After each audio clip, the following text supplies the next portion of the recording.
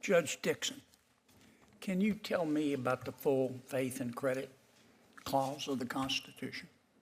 It's me, Senator Kennedy, Judge No, Valenzuela. I'm sorry, I can't see that far. Okay. I just got new glasses.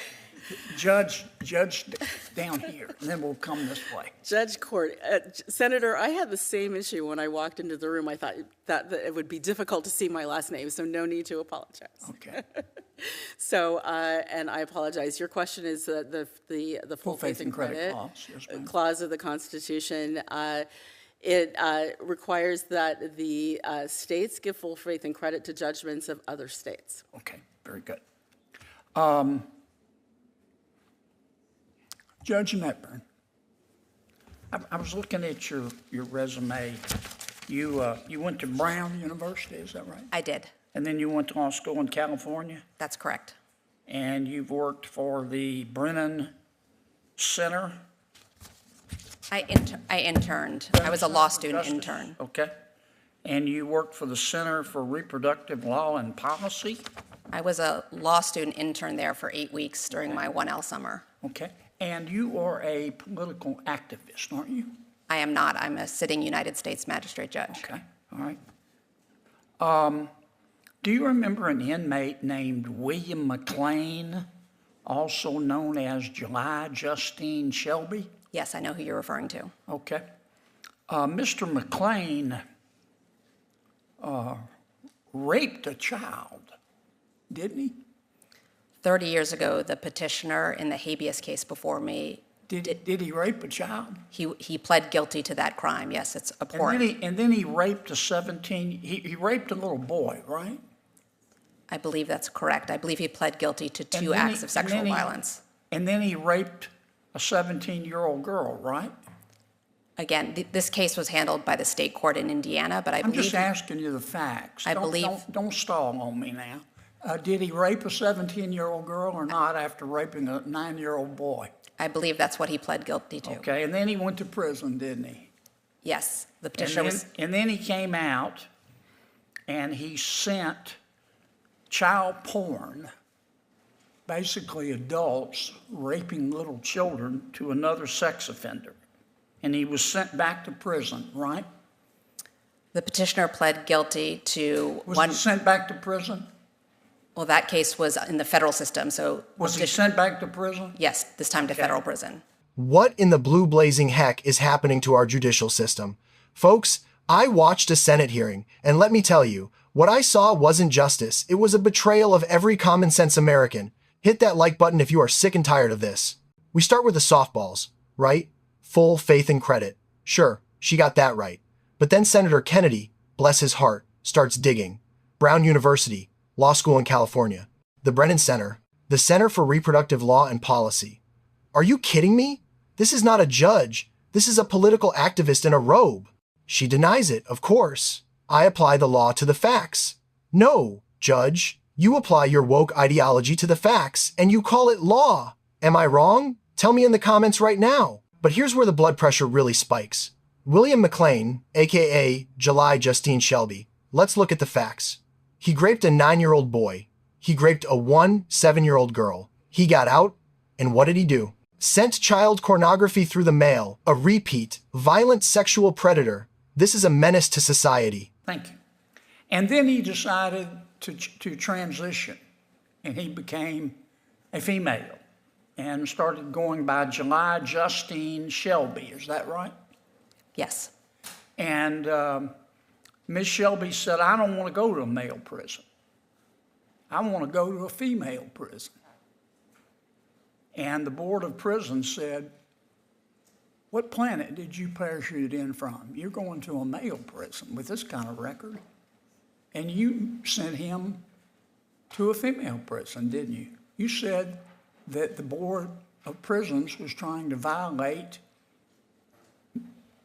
Ms. Shelby, former Mr. McLean's constitutional rights, didn't you? I issued a report and recommendation to the district judge recommending that the district judge transfer the petitioner to a women's facility. The district judge adopted that recommendation. The Board of Prisons was trying to violate Ms. Shelby's, Mr. McLean's constitutional rights, didn't you? So I based my decision on the facts that were presented to me in the record But evidence. it wasn't that your ruling?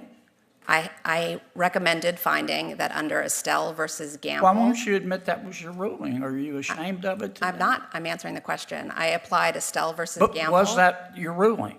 My recommendation was that the petitioner's serious medical needs were being denied by keeping her in a men's facility. A violation of the Eighth Amendment, right? That's correct. Okay.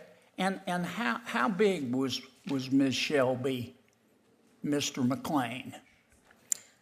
I don't have a specific recollection. Your colleague just suggested that she was was more than 6'2"? 6 feet tall. And you told the Board of Prisons, well, she'll be okay. The other women in the female prison will be okay because it's only hypothetical that Ms. Shelby, Mr. McLean would reoffend again after he's already raped a 9-year-old boy and a 17-year-old girl and has been sending child porn through the mail.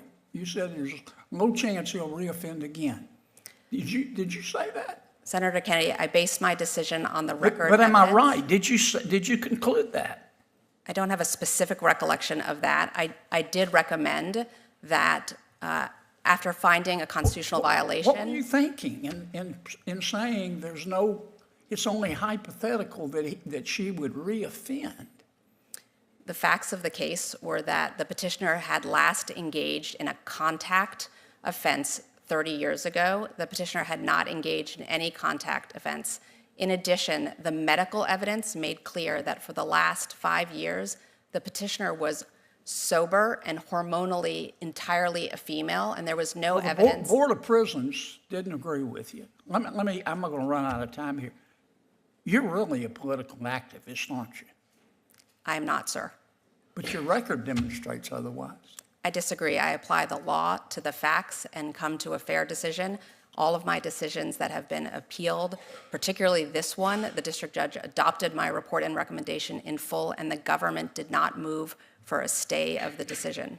He transitions, and suddenly he says, I don't want to go to a male prison. Where I belong, I want to go to a female prison. And what does the judge do? She ignores the Bureau of Prisons, who said, absolutely not. She recommends a transfer to a women's facility. Women who are already vulnerable. She claims serious medical needs, the Eighth Amendment. What about the serious safety needs of the innocent women he would be locked up with? My fellow patriots, is the safety of women and children less important than the feelings of a convicted, multiple-time rapist?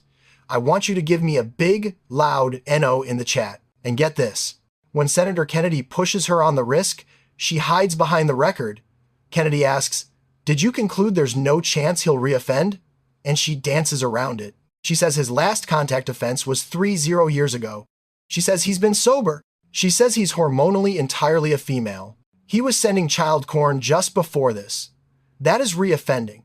She minimized the risk of a 6-foot-tall, convicted, violent male rapist being placed with women. She called the risk hypothetical. It is not hypothetical when the man has a track record. The truth is, this judge was more concerned with advancing a radical, woke agenda than with protecting innocent women. And the ultimate kicker? The district judge adopted her recommendation. This is activism winning over public safety. Plain and simple. This is why we need fighters in the Senate. This is why we need judges who love the Constitution more than they love being featured on MSNBC. If you are as furious as I am, you need to do 2 things right now. Smash the like button and share this video. We need to expose this lunacy. Tell me your thoughts below. Who is this judge really serving? We are fighting for common sense, and we will not back down. God bless America.